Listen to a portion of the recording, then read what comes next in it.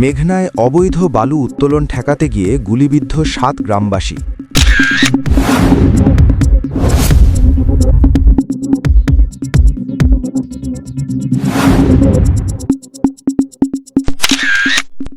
ব্রাহ্মণবাড়িয়ার নবীননগর উপজেলা এলাকায় মেঘনা নদী থেকে অবৈধভাবে বালু উত্তোলনে বাধা দিতে গিয়ে বালু ব্যবসায়ীদের গুলিতে অন্তত ৭ জন গ্রামবাসী আহত হয়েছেন।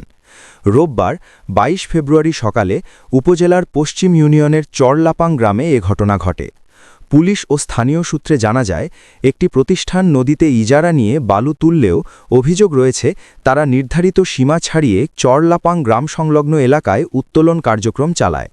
এতে কৃষিজমি ও বসতভিটা ভাঙনের ঝুঁকিতে পড়েছে বলে দাবি করেন স্থানীয়রা। সকালে গ্রামবাসী বাধা দিলে উত্তেজনা ছড়িয়ে পড়ে। এক পর্যায়ে নৌকা ও স্পিডবোটে আসা একদল ব্যক্তি এলোপাথারি গুলি ছোড়ে।